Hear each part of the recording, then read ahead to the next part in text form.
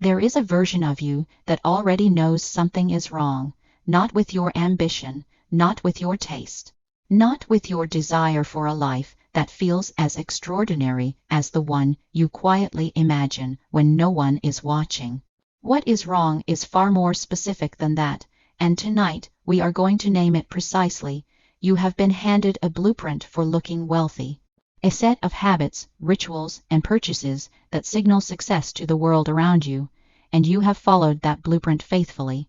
Perhaps more faithfully than you realize, but here is the quiet devastation in that sentence. The blueprint was never designed to make you rich. It was designed to make you look rich, and those two destinations, as you are about to discover, lead in opposite directions. This is not a video about cutting back. It is not a lecture about lattes or subscriptions. This is a precise, sophisticated dismantling of the invisible architecture keeping you financially fragile while you perform financial success. Stay with this, because what follows is not information. It is a permanent upgrade. You already know someone like this. Maybe you have been this person: the newest phone, the right brand on the wrist, the restaurant that requires a reservation 2 weeks in advance, the wardrobe that speaks before you do. From the outside, the picture is compelling, polished, aspirational, even. And yet, inside that picture, there is almost no real wealth at all. This is the mirror that lies. The reflection that tells you the performance is the destination, when the performance is, in fact, the trap. Here is the insight that will stay with you long after this video ends. The person who looks the richest in the room is statistically the most financially fragile person in that room. Real wealth is not visible. It does not announce itself. It does not require an audience. It compounds quietly, invisibly, in accounts and assets and equity that no one at the dinner table will ever see or admire. Warren Buffett has lived in the same house since 1958. He paid $31,500 for it. Today, he is worth over $130 billion. That house was not a limitation of his ambition. It was a declaration of his philosophy. He was never interested in what his lifestyle said to others. He was only interested in what his decisions built over time. The habits society sells as symbols of wealth are precisely the mechanisms that prevent its accumulation. Wealth is a language, and the first word in that language is not acquisition, it is discretion. The wealthy are not performing. They are not speaking to the room, they are speaking to time, and time, unlike the room, is paying attention. You were handed a translation of wealth that was never accurate. Tonight you are learning the real language. And the moment you understand it, you cannot unhear it. Now let us be honest about something that most financial content will never say directly. The purchases that hurt you most are not the irresponsible ones. They are not the reckless ones. They are the ones you made with complete emotional logic. The ones that made you feel seen, elevated, worthy of the version of yourself you are still becoming. Every status purchase made for external approval is a transaction. You are not simply buying an object. You are paying real capital for borrowed admiration from people who will never pay your bills, never fund your freedom, and never remember the purchase 6 months from now. This is what we could call the applause economy, a system where you spend your future to rent the approval of your present. And the cruelest part of this system is that the applause is never loud enough, never long enough, and never final enough to stop you from needing it again. Jay-Z did not arrive at $1 billion by spending like a billionaire on the way there. During his rise, he was known to wear the same clothes repeatedly, to reinvest relentlessly, and to orient every financial decision toward one goal: ownership. Not the appearance of ownership, actual equity, actual stakes, actual control. The appearance came later, and when it came, it was a reflection of real wealth, not a substitute for it. The moment you stop buying things to impress people, you begin accumulating the kind of wealth that actually impresses people. Read that again, not because it is clever, but because it is structurally true. The two directions, impressing and accumulating, pull against each other. Every dollar you spend toward one is a dollar withheld from the other. Mindset is the invisible foundation. And the foundation crack that costs the most is the one built from needing to be seen. The wealthy do not need the room to validate them. The room is simply a backdrop. The real work happens somewhere private, somewhere deliberate, somewhere completely indifferent to applause. Every luxury you bought for their eyes cost you a future they will never see. That is not a condemnation.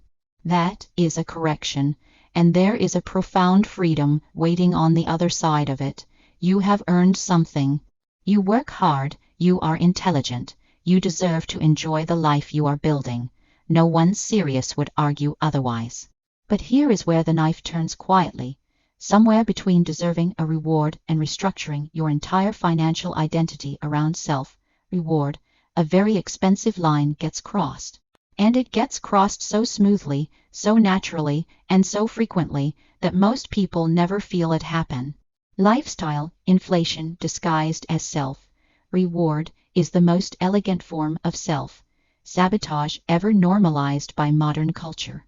It does not look like failure.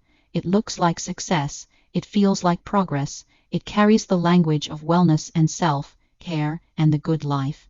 And beneath all of that elegant vocabulary, it is quietly, methodically consuming the future you say you want. The comfort ritual is not always a shopping trip. Sometimes it is the upgrade you tell yourself you earned. The suite instead of the room, the business class ticket on a route that did not require it, the renovation that turned into a reinvention. Each decision, individually, is reasonable. Collectively, they become a pattern, and that pattern has a name. It is called surrender, not loud surrender, not dramatic surrender. The quiet, sophisticated, rest kind that hides behind the language of self-worth. Coco Chanel understood something that most luxury brands have since abandoned. She stripped everything back. She removed the excess, the ornamentation, the noise. She built an empire not on abundance, but on restraint. And she taught a generation that the most powerful signal wealth can send is not loudness, it is the confidence of knowing exactly what to remove. The wealthy do not reward themselves with things, they reward themselves with options, and options are not purchased with dollars. They are purchased with discipline. Treating yourself is fine. Treating yourself instead of investing yourself is a sentence. A long one, served in the slow erosion of potential you will spend years trying to reclaim. The quiet upgrade is not an absence of pleasure. It is a far more sophisticated relationship with it. It is pleasure that does not cost the future. It is enjoyment that is earned from the depth of what you are building, not borrowed from it. You are not being asked to want less. You are being asked to want something far more powerful than the comfort ritual has ever offered you. Let us now look at something that happens so slowly, it rarely registers as damage until the damage is already done. No one arrives at financial fragility through one catastrophic decision.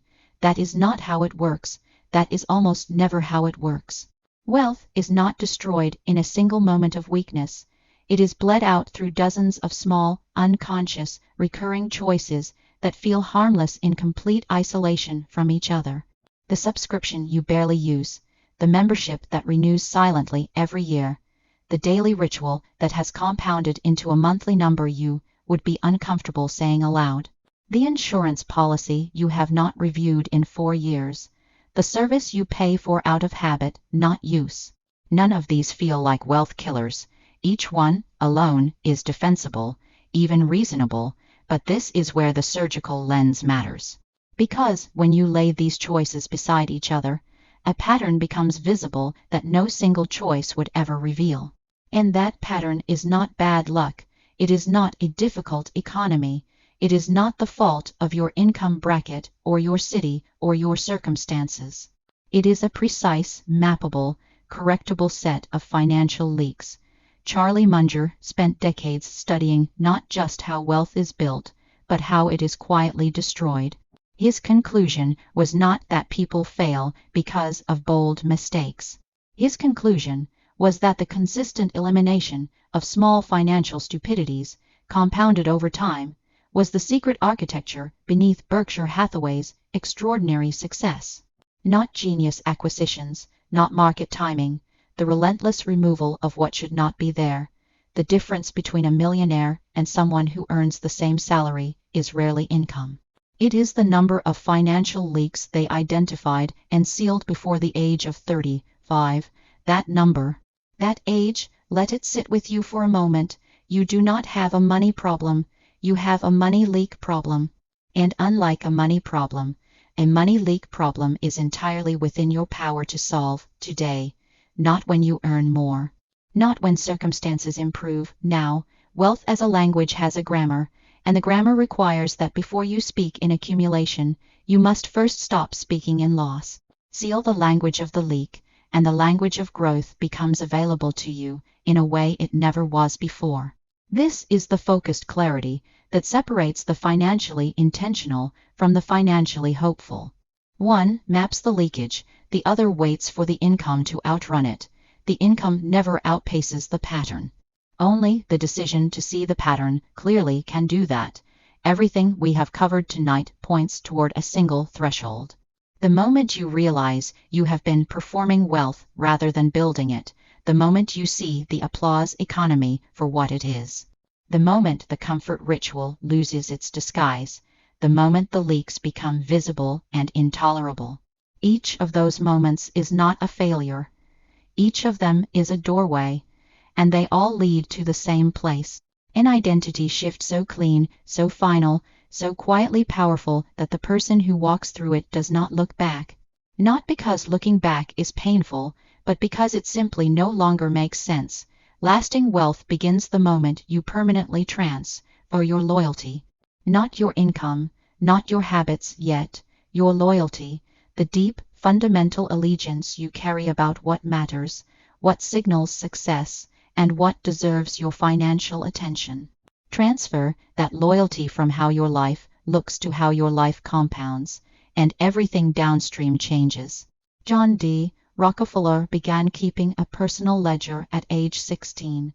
He recorded every cent he earned and every cent he spent.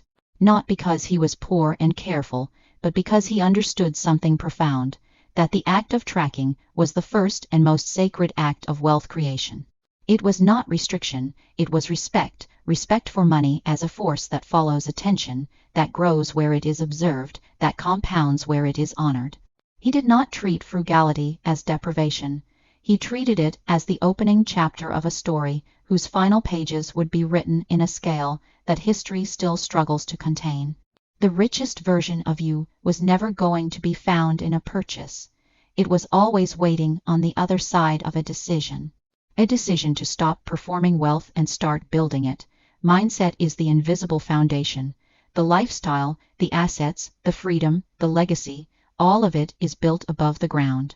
But the foundation determines everything the ground will ever be able to hold. You cannot build 100-floor life on a performance foundation. The weight will not allow it. The only foundation that holds that kind of weight is one built from clarity, discipline, and the quiet, unshakable identity of someone who has stopped needing to be seen as wealthy and started being it. Tonight we covered 5 truths that most people will hear once and forget, but you are not most people. That is not flattery. That is the reason you are still here at this hour, upgrading something that cannot be purchased in any store. The mirror that lies, the applause economy, the comfort ritual dressed as success, the invisible leaks compounding in silence, and the identity shift that changes everything once made. These are not 5 separate ideas. They are one idea seen from 5 angles. And that idea is this: wealth is a language, the life you want is written in it, and you have been speaking the wrong dialect. If this permanently shifted something in the way you see your financial life, do not let that shift go unmarked. Leave a comment below with the one word that describes what changed for you tonight. Subscribe to Alux-notes if you are ready to live the rest of your financial life in the real language of wealth. That act, small as it seems, is not passive consumption. It is a declaration, a quiet, elegant commitment to the version of yourself you came here to become. And one last provocation before you close this. Think of the last 3 purchases you made for other people's eyes. Add them up, multiply by 12, then ask yourself what that number, rerouted for just 1 year, would look like at the end of a decade. Let that number sit with you. The day you stop looking rich is the day you start becoming it.